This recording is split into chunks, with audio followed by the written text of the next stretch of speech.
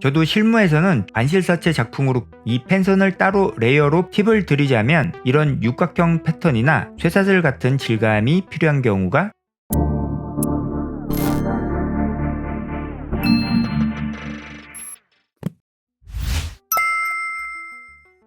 안녕하세요, 라이트박스입니다.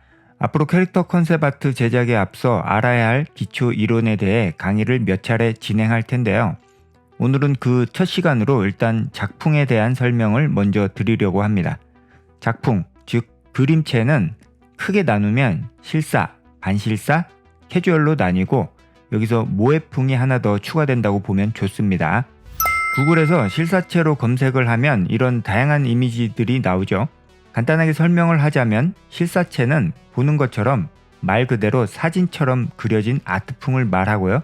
특징으로 빛과 그림자로 캐릭터의 양감을 사실적으로 살려낸 것이라고 보면 됩니다. 이런 사실적인 그림들을 통틀어 실사체라고 이야기합니다. 반실사체로 검색을 하면 이런 이미지들이 나오는데요. 앞에서 본 실사체 그림들보다는 좀 더 단순화된 그림이라는 것을 알 수 있습니다. 작가의 개성 있는 그림체가 잘 묻어나는 것이 특징이라고 할 수 있고, 보통 게임 원화들은 대부분 이런 반실사체 그림을 선호하고 있습니다. 최근까지도 가장 트렌디한 작품으로 인기를 끌고 있다고 생각하시면 됩니다. 그리고 캐주얼체라고 검색을 하면 이런 이미지들이 많이 나옵니다. 반실사체보다 더 단순화되어 있는 이미지라는 것을 알 수 있죠. 보통 캐주얼풍 그림을 SD풍이라고도 하는데 여기서 SD는 슈퍼 데포르메의 약자인데요. 단어 그대로 이 데폼이 캐릭터의 특정 부분들을 심하게 과장한 것이 특징입니다. 만화적인 표현으로 그려진 다양한 캐릭터 이미지를 상상하면 되는데 캐주얼 캐릭터의 공통된 특징은 대표적으로 큰 눈을 예로 들 수 있습니다. 그리고 앞에서 본 두 그림체보다는 펜선 라인이 그려진 것들이 많고 등신비도 3등신에서 5등신비를 주로 사용합니다. 마지막으로 모해라고 구글에서 검색을 하면 다음 이미지들이 나오는데요. 일반적으로 통용되는 뜻을 설명하자면 세상 모든 사물의 특징만 살려서 일본 애니메이션 인물로 의인화한 캐릭터들을 지칭하는 용어라고 생각하면 됩니다. 그냥 쉽게 일본 애니메이션풍으로 그려진 대다수의 캐릭터를 모해화라고 생각하시면 편합니다. 네, 각 그림체의 특징에 대한 설명은 이 정도로 간단하게 마치겠습니다. 요즘은 작품의 경계가 모호한 그림체가 많이 등장하고 있어서 그 경계를 명확히 선긋기 할 필요는 없습니다. 이런 시대에 내가 어떤 작품을 가지는 게 좋은가 라는 질문을 한다면 제가 보기에 일러스트레이터로 성장하고 싶은 분들은 당연히 캐주얼과 모해풍을 주력으로 연습하면 좋을 것 같고요. 게임 컨셉 아트로 가장 선호하는 그림체는 반실사체이므로 컨셉 아티스트가 되려는 분께서는 반실사체를 주력으로 연습하시기를 권해드립니다. 저도 실무에서는 주로 반실사체 작품으로 그림을 그리고 있는데요. 보통 반실사풍은 실사풍하고 캐주얼풍 중간 지점에 있는 것이기 때문에 데폼을 주더라도 너무 과장되게 표현하기보다는 캐릭터의 주제에 해당하는 키 디자인의 특징을 잘 살리는 형태로 작업하시길 권해드립니다. 우선 등신비부터 접근해 보면 일반적인 노멀형 캐릭터의 경우 추천하는 등신비로는 남녀 모두 7.5등신에서 8등신 정도를 추천합니다. 캐릭터의 개성을 더 부각시키기 위해서 경우에 따라서 플러스 마이너스 1등신 정도 변경할 수도 있겠죠. 연습은 주로 7.5에서 8등신으로 하시고 나머지 등신비도 캐릭터의 특징에 따라 조절해서 달라 보이게 표현하기를 권해드립니다. 그리고 실사풍에 가깝지만 반실사로 그리고 싶은 경우 7등신을 권해드려요. 그렇게 그리면 다리가 좀 짧아 보이겠지만 사실적인 비율의 캐릭터 이미지로 보여줄 수 있으니까 실사풍에 더 가깝게 느껴지겠죠. 프로젝트에 따라 그 프로젝트만의 아트 특징으로 펜선이 있는 경우도 있고 없는 경우도 있을 거예요. 연습을 하실 때는 가능하면 펜선이 있는 형태로 하시길 권해드리고요. 이 펜선을 따로 레이어로 분리해 놓는 것을 추천드립니다.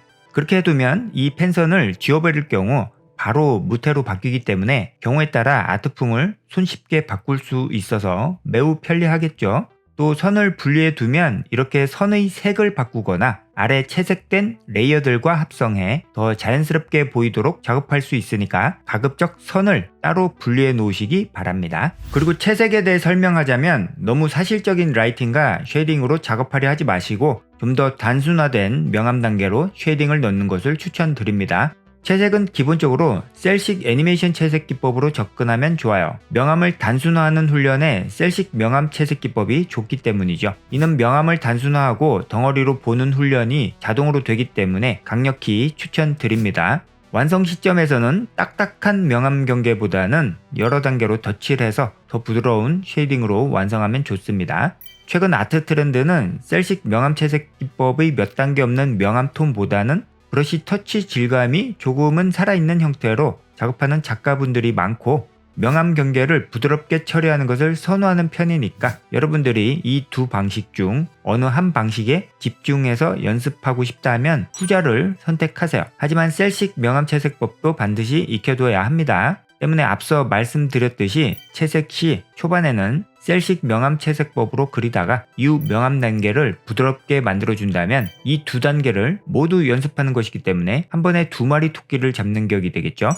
마지막으로 브러쉬 질감 또는 텍스처 합성도 연습해 놓으면 좋습니다. 컨셉 아티스트라면 손으로 모든 것을 다 그려서 표현하는데 물리적으로 시간이 없어서 한계가 있을 수밖에 없기 때문에 브러쉬 질감 또는 텍스처를 부분적으로 사용할 수밖에 없습니다. 하지만 수많은 질감 브러쉬를 모두 다 사용하기보다는 본인이 자주 쓰고 그때그때 편하게 사용할 수 있는 브러쉬 몇 개만 먼저 익숙해지는 것을 추천드립니다. 그렇게 몇 종류의 브러쉬에 익숙해지면 그 이후에 자주 쓰는 브러쉬의 설정값을 응용해서 다른 질감을 가진 브러쉬를 만들어 사용하면 되니까 많은 종류의 브러쉬를 전부 다 다뤄야 한다고 조급하게 생각하지 마시고 10개 내외로 질감 브러쉬를 사용하시기를 권해드립니다. 브러쉬 질감 운용은 차후 다른 강의 때 좀 더 상세히 다뤄보려 하니까 해당 강의를 기대해주세요. 텍스처는 브러쉬 질감만으로 표현하기 힘든 경우 사용하시길 권해드립니다. 너무 많은 텍스처 사용은 반실사체 그림처럼 보이지 않기 때문에 주의하셔야 합니다. 텍스처닷컴과 같은 무료 소스 웹사이트들이 있으니까 원하는 재질 자료를 적절히 잘 골라서 다운로드 받아 합성해 보면 재미있을 거예요. 주의할 점은 앞에서 언급했듯이 너무 사진 같은 느낌이 나지 않도록 잘 합성하시는 것 잊지 마시고요. 팁을 드리자면 의상에서 특정 패턴이 반복적으로 나오는 질감을 텍스처로 만들어 사용하면 좋거든요. 이런 육각형 패턴이나 쇠사슬 같은 질감이 필요한 경우가 해당되겠네요. 네, 이렇게 반실사품 그림체에 대해 몇 가지 단계로 나눠 이해하는 시간을 가져봤는데요. 여러분들마다 각자 본인이 개발하고 싶고 참여하고 싶은 아트풍의 프로젝트가 반드시 있을 거예요. 예를 들어 메이플 스토리나 그랑 사가와 같은 캐주얼 게임 개발에 참여하고 싶다면 캐주얼 작품을 주력으로 연습하시면 좋고, 로스트아크나 세븐나이츠 2와 같은 게임 개발에 참여하고 싶다면 반실사를 주력으로 연습하면 되겠죠. 게임 업계에서 본명적으로 가장 많이 선호하는 것은 반실사풍이니까 해당 작품을 주력으로 연습하시되 캐주얼 쪽에도 관심 있다면 캐주얼 작품으로 연습도 하셔서 본인이 그림 그리는 스펙트럼을 넓혀 놓으면 아무래도 본인만의 경쟁력이 한 단계 더 올라가는 것이기 때문에 여러 의미로 좋겠죠. 네, 이번 강의 영상 시청해 주셔서 감사드리고요. 다음 시간에는 직업군에 따른 캐릭터 썸네일에 대한 주제로 강의를 진행하겠습니다. 오늘 이 강의가 여러분들께 도움이 되었다면 구독과 좋아요 부탁드립니다.